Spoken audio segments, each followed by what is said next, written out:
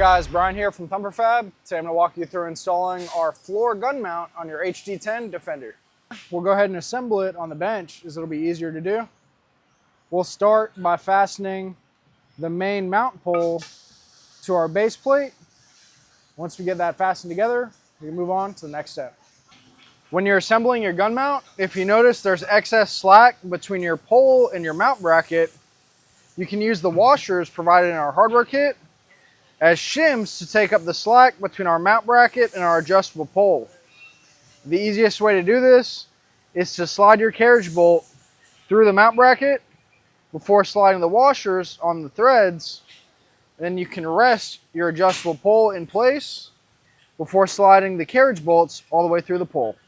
For the next step, we'll fasten our gun butts to our frame assembly. We'll use our 1/4-inch button head screws, our 1/4-inch flat washers, and our 1/4-inch flange nut and lock nuts.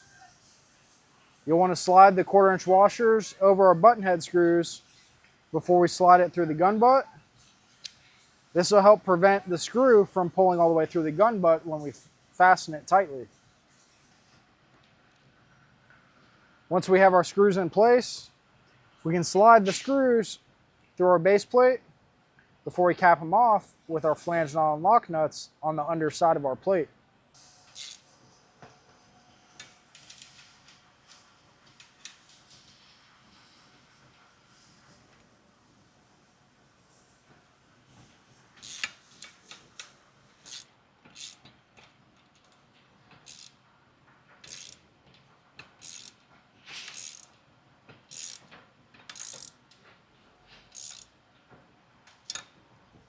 We'll repeat the same process for the other gun butt. Now we can move on to our gun clamps.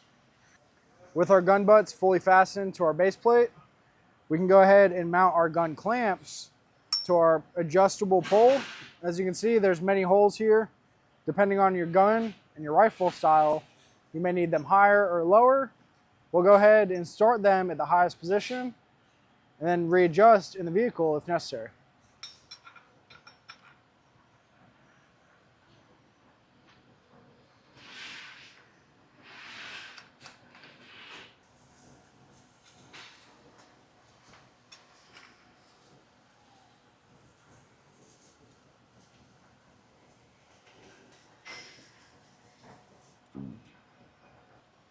Once we have our gun clamps in place, we can tighten them up using a 15mm socket and a 17mm wrench. Once you get them close to being fully tight, you can rotate them to the position that you think you'd like. Go ahead and snug them all the way down. And like I said before, we may need to readjust in the vehicle depending on your specific gun needs. Here you can see our foam insert for your gun clamps. This will be used if the barrel of your gun lands where your clamps are adjusted in the vehicle. You can slide this foam insert in. This will help prevent your rifle from bouncing around when you're going down the trails. You can fasten it tightly with the strap, and the foam insert will take up any extra room that's left in the clamp.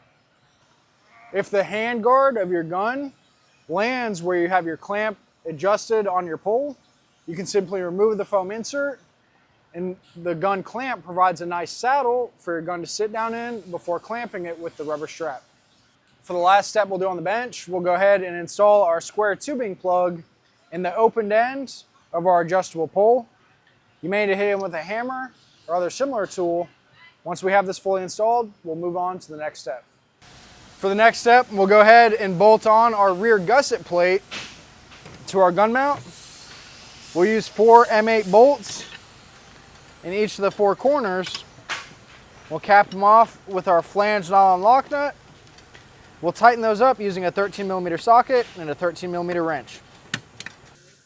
With our gun mount fully assembled, we're ready to place it on the floorboard and mark our holes. Before you mark your holes, you're going to make sure that your seat can flip up without hitting your gun mount. We'll go ahead and use a silver Sharpie to mark our holes to be pilot drilled.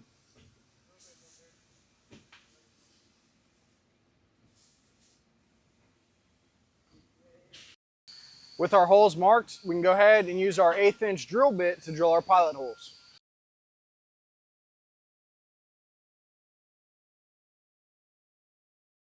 With our pilot holes drilled, we can go ahead and fasten our gun mount to the floor using the Phillips head screws found in your hardware kit.